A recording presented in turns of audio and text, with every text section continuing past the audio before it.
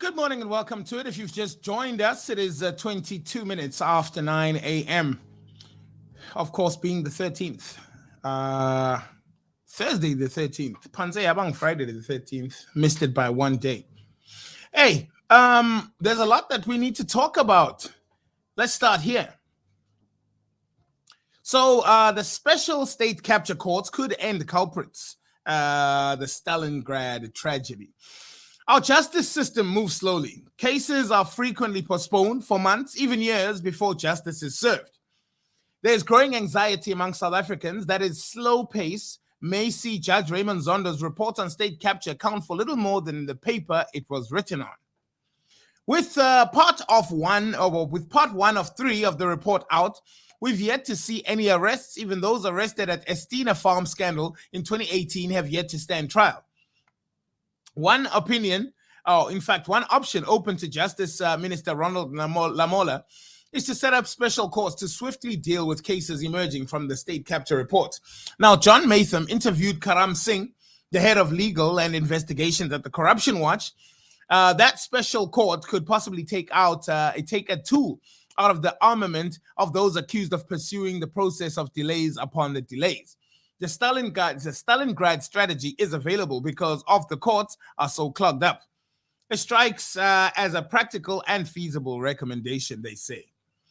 So they're thinking about making courts specifically for the corruption that is happening and the backlog of people who need to be prosecuted and are standing accused of having a hand in the corruption that is taking place in South Africa.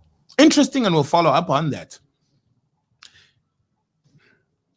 Over the past week, South Africans on social media and other platforms witnessed an orchestrated and well-planned systematic attack on Tourism Minister Lindiwe Sisulu. South Africans saw how a pack of journalists who have aligned themselves to our embattled President Cyril Ramaphosa, as well as influencers and a number of dubious voices in our country, embarked on personal attacks on her for sharing her political and ideological dispositions on the state of South Africa. What is interesting is that those who are involved in the attack on Sisulu have never had the guts to stand for any truth, or let alone anything that matters, they say. Just like a pack of attack dogs, they rely on the establishment to provide a directive on who to gun for. But this time they got it wrong. Attacking a black woman for having an opinion proves every single point that Sisulu was trying to make in her thought leadership piece, first published by the Daily News. It goes to show that the media industry in 2022 is still subjected to a colonial mentality that is prevalently at the core of its intellectual makeup. Throughout our history in South Africa, black women have always been denied a voice. But then again, those members of the cabal who have attacked her would let this fly over their heads as their intellectual capacity stretches. Ooh. Anyway, if you are aware of what had happened with Minister Sisulu, you'll also be very much aware that there's a lot of controversy boiling around that. And we will continue to follow up on that story in order for us to bring you the truth. Arrests have been made after two post offices were robbed on the same day.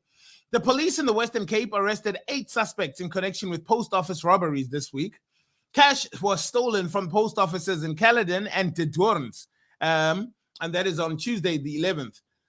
South African Police Services in the province, Colonel Andre Trout, said that armed robbers hit Caledon Post Office in Plain Street at approximately 11 a.m. and made off with an undisclosed amount of cash in a VW Golf. Eager to bring the perpetrators of the post office robbery in Caledon to book, SAPS members pursued all avenues until the suspects were apprehended. The police investigation led them to Zwelihle and Hermanus, where 4 suspects aged between 24 and 35 were arrested in possession of stolen cash and an unlicensed pistol. The getaway vehicle was also confiscated. Police investigation, once charged, the suspects are expected to make their court appearance in Caledon to face charges of business robbery and possession of an unlicensed firearm. According to the police, the suspect's getaway vehicle flipped over during a high-speed chase. 3 unlicensed firearms and stolen cash and SASSA cards were recovered. Imagine. In politics, at a press conference on Wednesday, the DA announced that it is launching a formal complaint to the Public Services Commission requesting an investigation into all positions seemingly selected by the ANC's Cadre Deployment Committee.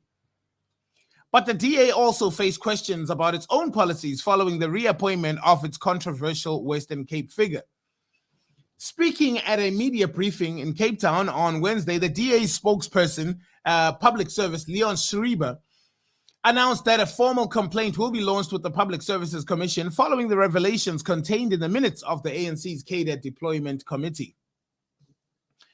Now, 2 tranches of Deployment Committee minutes spanning the period between 2018 and 2021 revealed that the ANC's committee routinely deliberates on preferred candidates to fill all manner of state positions.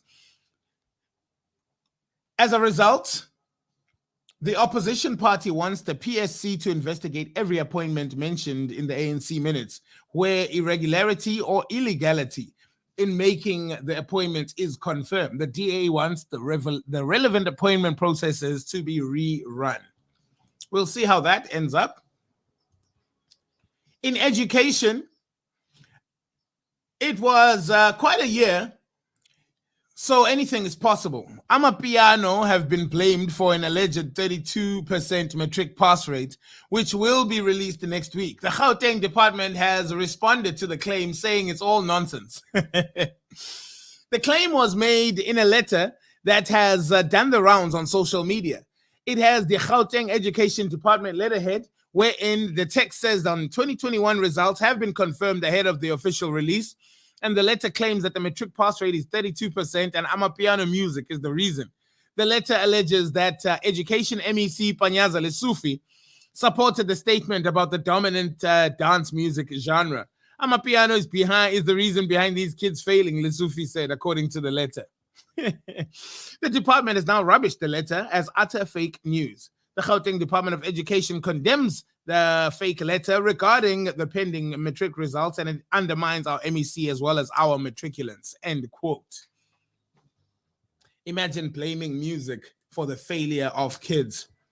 And finally, the SAPS uproot a cannabis garden grown by the indigenous Khoisan activist outside of President Cyril Ramaphosa's office for over 3 years.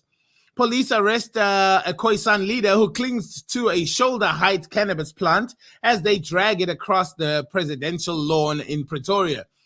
South African police Wednesday uprooted cannabis plants grown by indigenous activists who have camped outside President Cyril Ramaphosa's office for more than 3 years now.